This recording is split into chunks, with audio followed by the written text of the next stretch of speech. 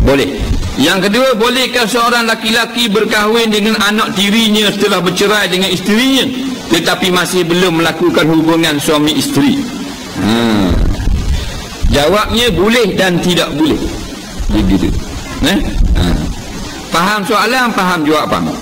Bolehkah seorang lelaki berkahwin dengan anak tirinya setelah bercerai dengan isterinya tetapi masih belum melakukan hubungan suami isteri? Jawabnya, dia nak kahwin dengan anak tiri itu boleh dan tidak boleh. Dia gitu. Jadi tu nak keterangan pula. Faham tak? Faham pergi soalan lain. Faham tak? Kau bodoh. Dia gitu. Dia gini, kalau faham dia. Dia tak ada tanya faham. Tak faham tanya gitu.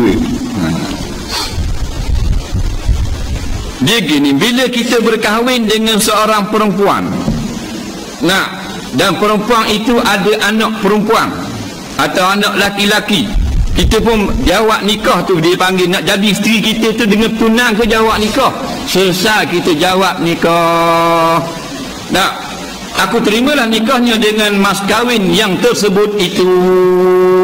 Kita jawab. Laju lagi jawab tu.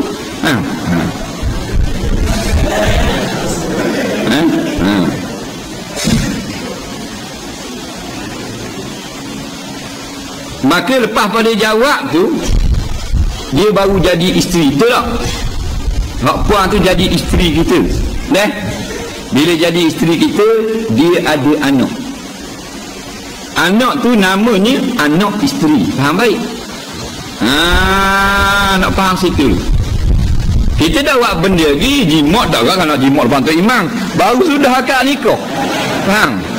Rebah tu imam ni. Faham? Jadi bila aku terimalah nikahnya dengan mas kahwin yang tersebut itu. Tu kata, mana dah kan dengar sah kuat. Molek sungguh kuat. Tak? Tu baru orang jawab nikah ni aku terima. Bolong buat kali. Tak? Ada orang tu kita khabar belajar sikit, duduk dalam bilik berlatih jawab pun. Tak apa, beres je 6 kali. Beres 6 kali. Mandi tu. Jadi bila kita jawab nikah isteri, barulah perempuan tu jadi nama isteri kita. Kalau dia ada anak dia tu dia panggil anak isteri, bukan anak tiri. Faham baik? Nampak dah? Nampak dah? Kemudian bila kita jimak dah isteri kita ni, maka bernama anak tiri. Dia gitu. Kalau nak pecah asal memang panggil anak tiri dah, tapi nak pecah, nak beri butir no. Dari segi istilah fuqaha-nya, kalau kita kahwin dengan dia, dia ada anak isteri. Bila kita jimak dah mak, anak tiri. Bila masih bernama anak isteri, boleh kahwin dengan anak dengan syarat cerai mak. Nampak? Jadi kalau kita kahwin dengan mak, dia ada anak perempuan, kita tak tahu kita kahwin dengan mak, kita pun dia rumah dia dah sepan nikah, dah ada tu anak dara lah, dia anak dara tambah kamu nak anak dara mu boleh.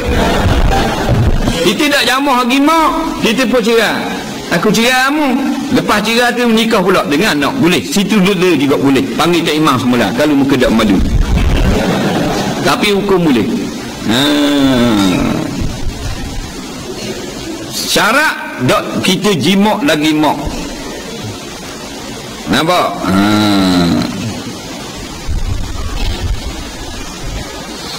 Kalau kita jimak mak dia tu, maka anak bernama anak tiri. Bila anak tiri, haram kita nikah. Tak boleh. Kalau kita cerai dah mak, anak tu anak tiri dah, tak boleh nikah dah. Tapi kalau kita baru nikah dengan mak, tak jamuh lagi mak, anak tu panggil anak isteri, kita cerai dengan mak, boleh nikah dengan anak isteri. Betul ni boleh dan tak boleh, dia jawab. Boleh kalau dia tak nama lagi anak tiri, tapi hak ni dia kata kalau nama anak tiri dah, tak boleh dah lah, pasal jimak dah mak. Tu kata boleh dan tak boleh. Faham tu? Terang jelas dah tu. Kalau tak faham, bodoh penuh.